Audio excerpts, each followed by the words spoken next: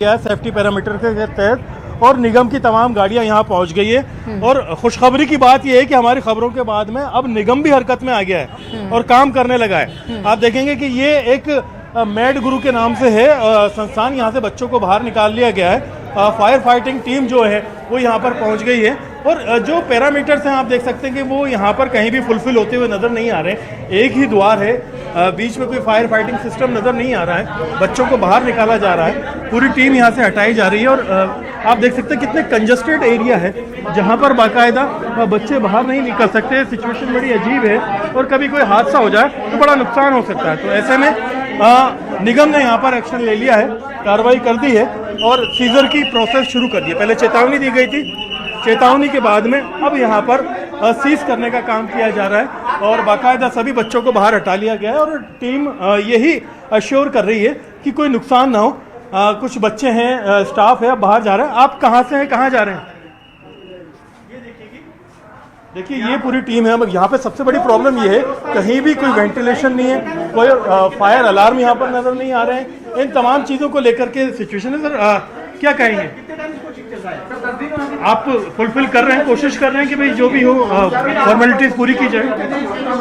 अभी हमने coaching run किया है, अभी तो हमारा एग्रीमेंट भी नहीं हुआ है बिल्डिंग का। 3 महीने पहले आपको नोटिस इश्यू कर दिया। सर 3 महीने पहले करते तो हम यहाँ थे ही नहीं ना। 3 महीने पहले तो हम 3 महीने पहले थे ही नहीं यहाँ पर। आप उपकरण यहाँ पर देख रहे हो। सर मैं आपको क्या बता रहा हूँ, मेरी बात सुनो। मैं आपसे ये कह रहा हूँ मैं 3 महीने पहले यहाँ था नहीं। मैंने अभी तो बिल्डिंग का एग्रीमेंट भी नहीं किया है, मैंने पेपर में ऐड दिया हुआ है। सर मुझे बोलने दीजिए आप, अगर सब कुछ मेरे ऊपर ही आ जाओगे तो मुझे बोलने नहीं देंगे आप लोग। बच्चे कहाँ से आए? मैं बोल तो रहा हूँ डेमोक्रेसी। सर आप मुझे बोल रहे हो मैं झूठ बोल रहा हूँ?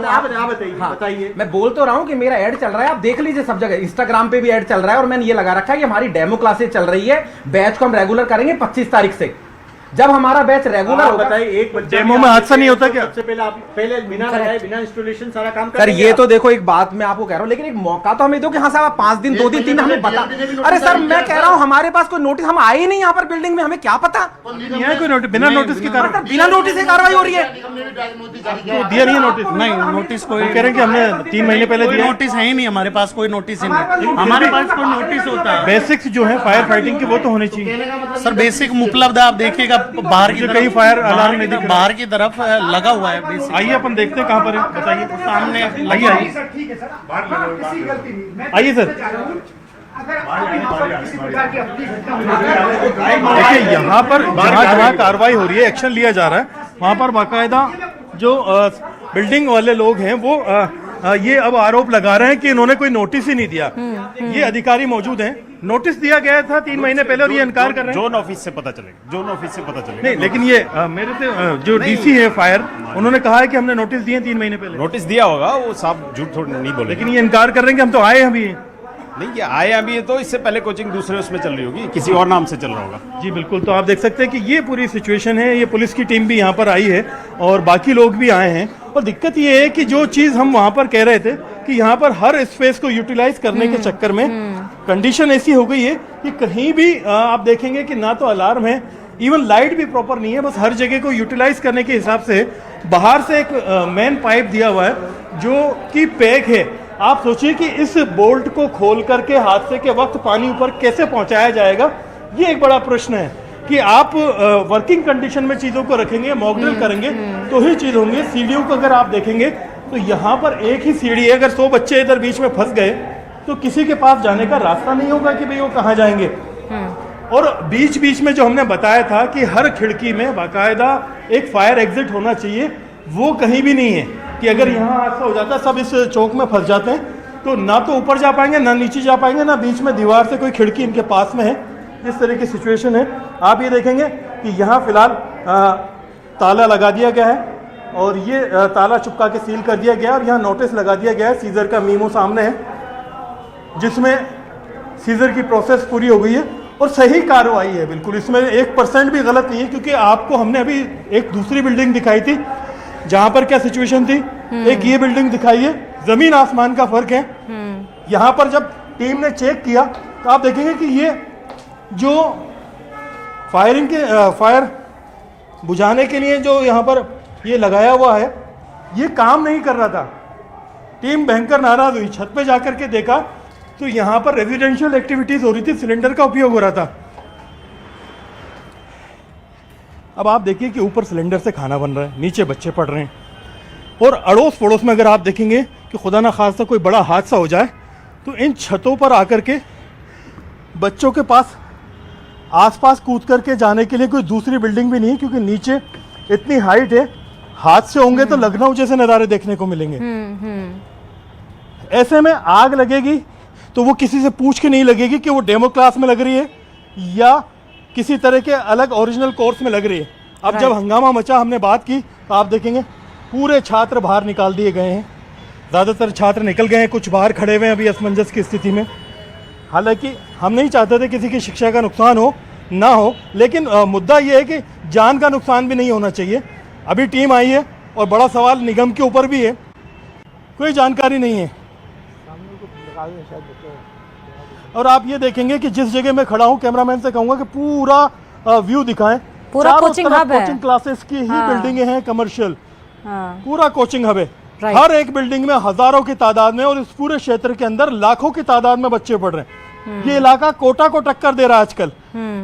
पहले सरकार ने बाकायदा यहाँ से दूर इंडस्ट्रियल एरिया में एक कोचिंग हब अनाउंस किया था। हाँ। वहां पर सभी संस्थानों को शिफ्ट किया जाना था, लेकिन वो गए नहीं, क्योंकि बच्चे यहाँ ज्यादा आते हैं, रेजिडेंशियल एरिया आसपास है। हाँ। तो उन्हें लालच में ये एरिया ज्यादा अच्छा लगता है, बिल्डिंगें खरीद लेते हैं, उनमें बड़ी बड़ी बिल्डिंग्स के अंदर बाकायदा बड़ी बड़ी तादाद के अंदर बच्चों को ठूस लेते हैं, अच्छे कोर्सेज चलाने के चक्कर में, अच्छे कमाने के चक्कर में जो सेफ्टी पैरामीटर्स है उनको भूल जाते हैं, और नतीजा ये होता है अरबाज, कोई ये हादसा जो होता है टीम लखनऊ है, जैसा। 1 सेकंड, ये जो टीम है वो केवल छोटे छोटे कोचिंगों को सिर्फ जाकर कार्रवाई कर रही है, या बड़े बड़े कोचिंग, अभी जो उत्कर्ष क्लासेस थे, कुछ नारायण कोचिंग, बड़ी बड़ी बिल्डिंग्स दिख रही थी, वहां पर भी जा रही है टीम?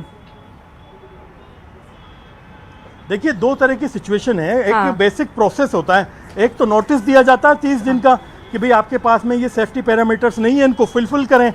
दूसरा सीजर किया जाता है। जिन लोगों को 30 दिन पहले या 3 महीने पहले नोटिस दिए हुए थे, उनके 8 संस्थानों को अभी सीजर कर दिया गया है। नवा संस्थान हमने आपको अभी नीचे दिखाया, जिसमें हाँ। लाल रंग की मोहर लगा करके बाकायदा ताला लगा दिया है, बच्चों को बाहर कर दिया है। लेकिन यहाँ पे एक विरोधाभास भी तो नजर आ रहा है ना अरबाज? भैया मैं तो 3 महीने पहले आया ही नहीं था। हाँ, लेकिन एक विरोधाभास, अभी जो कोचिंग के संस्थान थे, आई डोंट नो कि वो ओनर थे कि कौन थे, लेकिन वो बोले थे कि कोई नोटिस आया ही नहीं है,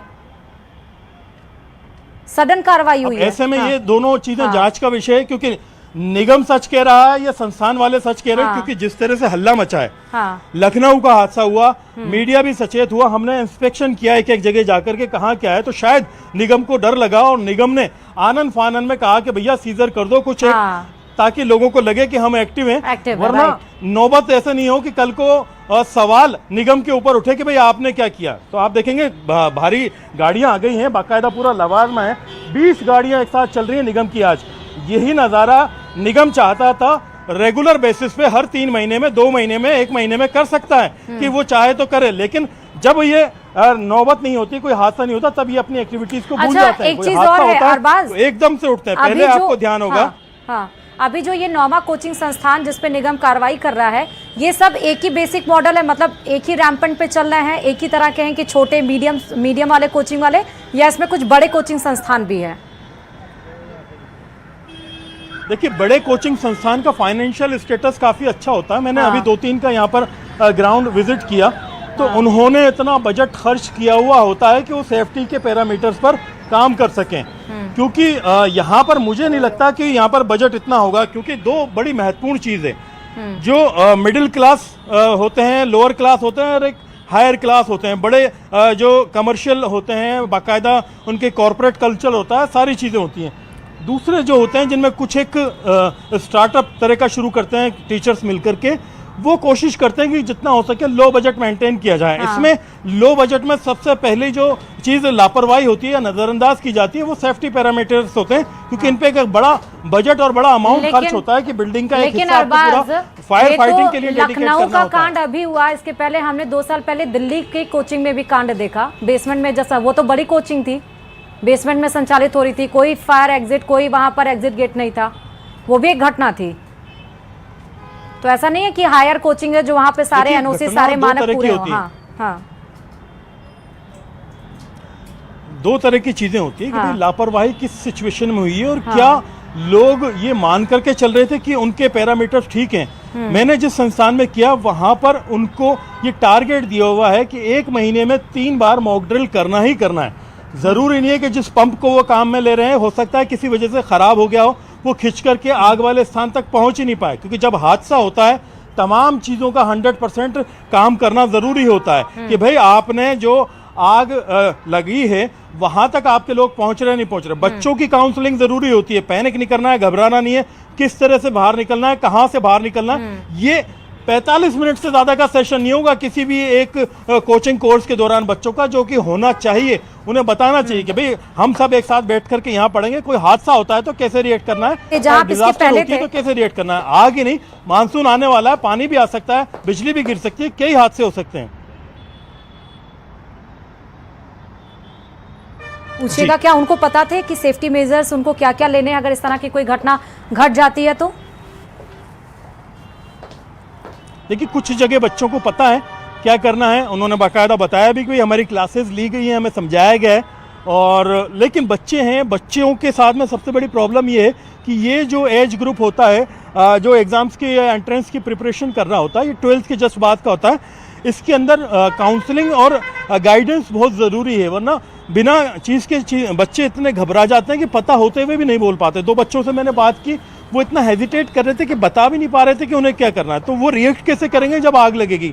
तो ये सिचुएशंस हैं जो सबके हिसाब से वेरी करती हैं। कुछ जगह बच्चों को सिखाया नहीं जाता, बताया नहीं जाता, क्योंकि उनका फोकस सिर्फ होता है कि कैसे हम